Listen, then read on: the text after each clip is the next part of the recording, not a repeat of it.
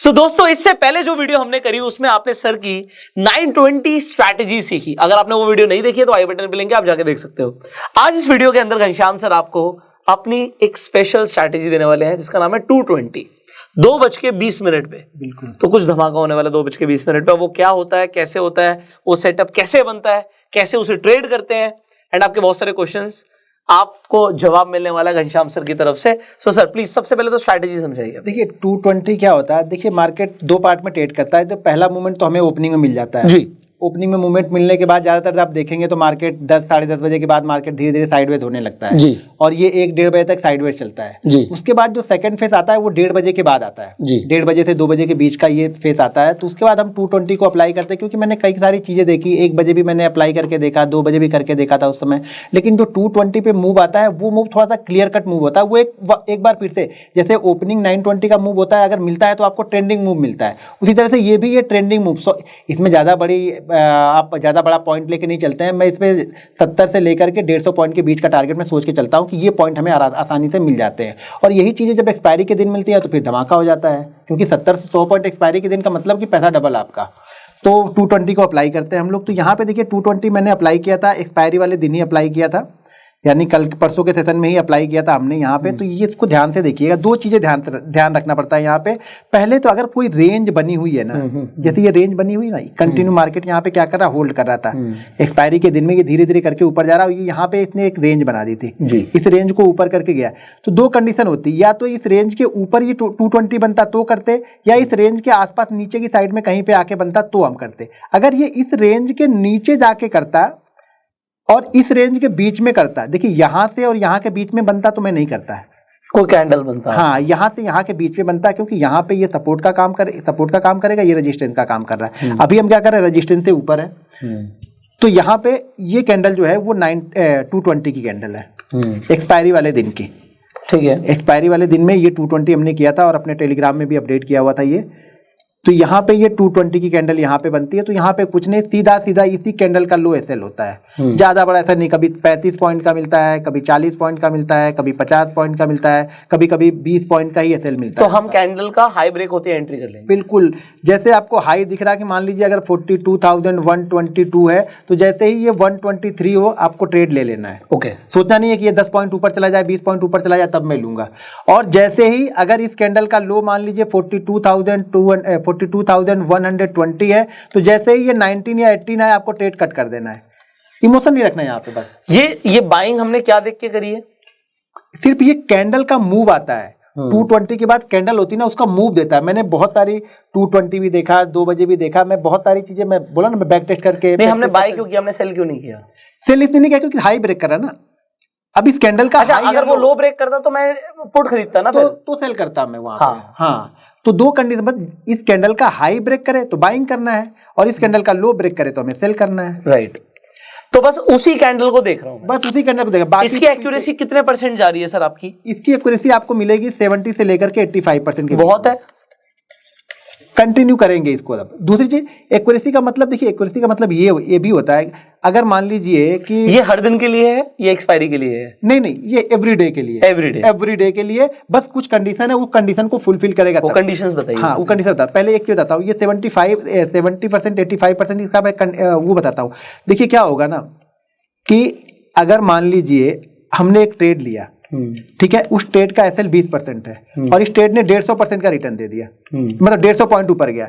लेकिन इसके बाद के 6 ट्रेड अगर 20-20 पॉइंट के एसएल लेते हैं, तो आप क्या बोलेंगे, कितने % ये स्टडी चल रही है? इसका सक्सेस रेट क्या है? क्योंकि 6 एसएल होने के बाद में भी आपके कितने पॉइंट गए? अभी सिर्फ 120 पॉइंट गए ना। राइट।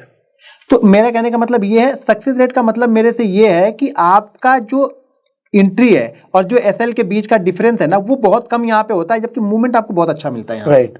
और यहाँ पे मैं तभी निकलता हूं जब ये पिछली कैंडल का लो, यानी कोई ग्रीन कैंडल बनी है, इस ग्रीन कैंडल का लो ब्रेक करेगा तब।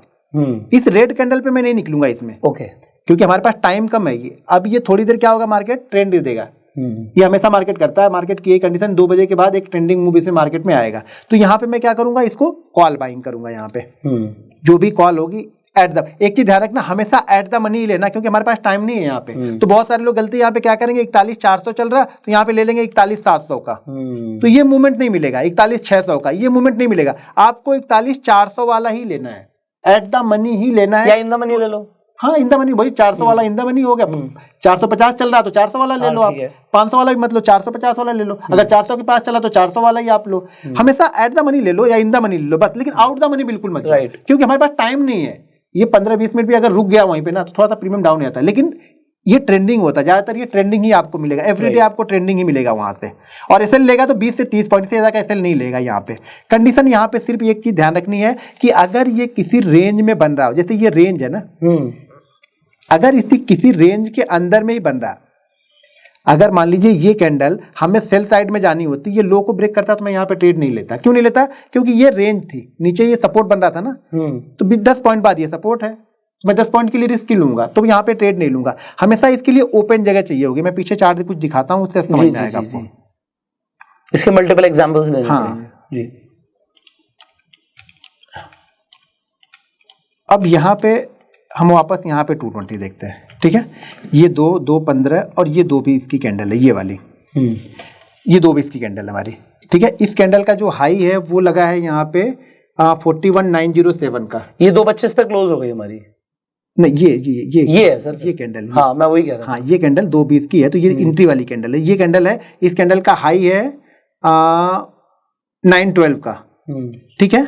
और इस कैंडल का जो लो लगा है वो लगा है 844 का जी। यानी हाई लो का डिफरेंस देखेंगे आप यहाँ पे तो कितने पॉइंट का है, 16 पॉइंट इधर और 12 पॉइंट इधर, यानी कितना 28 पॉइंट का यहाँ पे एसएल बनेगा। जिस साइड पे भी जाए 28 पॉइंट का एसएल बनेगा। तो यहाँ पे ये ब्रेक कहाँ पे कर रहा है, नीचे की साइड। हाँ नीचे की साइड किया, हाई नहीं ब्रेक किया, हाई इसने ब्रेक नहीं किया, लो ब्रेक किया। अब लो ब्रेक करने के बाद देखिए कैसे ये ट्रेंडिंग आ रहा है। सर अगर बाई चांस ये इसका हाई और ज्यादा ऊपर होता और लो भी होता तो फिर बंदा तो कंफ्यूज हो जाता कि वो किस साइड जा रही है। एग्जाम्पल इसी कैंडल की थोड़ी सी शैडो या विक बहुत बड़ी होती है नेक्स्ट कैंडल की, हाँ जिसमें एंट्री होनी थी, हाँ कि वो हाई की तरफ गया पहले और फिर एकदम से लो की तरफ आ गया। अब क्या करूं? नहीं हाई की तरफ गया तो क्या हो गया, हमारा मेन मकसद क्या था, एंट्री करना। हमारी एंट्री कहाँ हो गई, हाई पे हो गई। अब नीचे आया तो हमारा एसएल होगा, सीधी बात, इसमें कुछ दिमाग में वो रखना नहीं है। अब हाई गया तो हम एंट्री ले लिया वहां पे। अब हमें थोड़ी पता कि हाई जाके वो एसएल करने वाला है, हमें तो एंट्री लेनी है ना, पहले एंट्री लेंगे तो ही तो एसएल करेगा या टारगेट देगा। तो अभी फिलहाल के लिए जो हुआ वो देखते हैं कि अब इसने लो को ब्रेक कर दिया। अब लो को ब्रेक करने के बाद यहाँ पे जो आपको ट्रेंडिंग मूव मिलना था वो मिल गया। हम निकलेंगे कब, क्या मैंने बताया था, ग्रीन कैंडल, एक ग्रीन कैंडल। वैसे तो मैं कहूंगा 3 बजे निकल जाएंगे, तो 3 बजे का मूव आते ही आता है। वो लोगों का एक अपना वो थोड़ा सा देखो एक्सपीरियंस भी तो काम करेगा ना, तो वो आपको कहाँ पे निकलना वो। लेकिन मेरा यहाँ पे एक फंडा यही है कि मैं यहाँ पे ग्रीन कैंडल बनती तो ही निकलता। आप ग्रीन कैंडल पे निकलते, बट अगर मैं इस पे होता तो मैं 258 पे निकल जाता, क्योंकि 3 बजे तो शार्प मूव आता है। मतलब अब हो सकता है वो नीचे के साइड आ जाए, वो आ सकता है नीचे की साइड। उसकी भी कुछ है जो हम बैक टेस्टिंग कर रहे हैं कुछ चीजों पे, वो भी शेयर कर देंगे। बिल्कुल, बट ये है कि इस मूव में मतलब अगर मैं होता तो 258 पे निकलता। हाँ, और मैं ग्रीन, आप ग्रीन कैंडल पे निकलते, ग्रीन कैंडल बना। और अगर वो रेड बनती तो आपको तो मजे आ जाते हैं। हाँ, रेड बनती तो नीचे आता जाता है वहां पे। दो ही कंडीशन यहाँ पे। वो ठीक है, फिर आपका वाला ठीक है स्ट्रैटेजी कि ग्रीन पे निकल जाओ, ग्रीन पे निकल जाओ बस सीधे। हाँ, तो देखिए यहाँ पे कब नहीं करना है, देखिए कब करना है ये तो क्लियर हो गया कि कब करना है हमें, कब नहीं करना है ये सबसे इंपॉर्टेंट है, ये जानना बहुत जरूरी है। अब यहाँ पे ध्यान देखिएगा, जैसे ये कैंडल बनी हुई है हमारी, जो 220 वाली कैंडल है वो ये कैंडल है, ठीक है। अगर ये कैंडल देखिए यहाँ पे ये एक रेंज बनी हुई है, ठीक है, ये एक रेंज बनी हुई है, तो इसको 220 को मैं इस कैंडल पे नहीं करके इस कैंडल पे करने वाला हूं, क्योंकि ये जो 4-5 कैंडलों का जो सपोर्ट है ना, इसको ये ब्रेक कर देगा तब मैं करूंगा। अब इसी को ऊपर जाते वक्त मैं यहाँ पे नहीं इसको बाइंग कर रहा हूँ, क्योंकि ये ऑलरेडी डे हाई पे चल रहा है, तो मैं यहाँ पे इसको अप्लाई नहीं करने वाला हूँ इसके ऊपर, या इसके ऊपर मैं इसको अप्लाई नहीं करने वाला हूँ।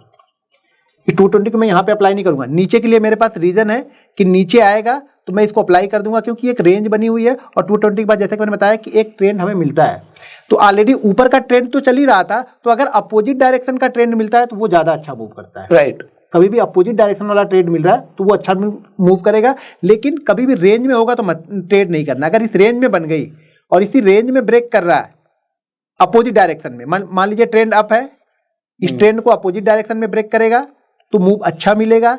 अगर उसी के साथ में जा रहा तो ये मूव आपका सस्टेन नहीं करता ज्यादा। राइट, तो अपोजिट डायरेक्शन वाला मूव कभी भी अच्छा होगा जो 220 में हम करते हैं। तो रेंज के बाद में अगर फ्री में बनते जा रहा है, ऐसे कैंडल बनी गई बनते हुए जा रहा है, तो जिस साइड में बनेगा उसी साइड में कर देंगे। रेंज को खाली ध्यान में रखना, जब भी रेंज बनेगी ये तब।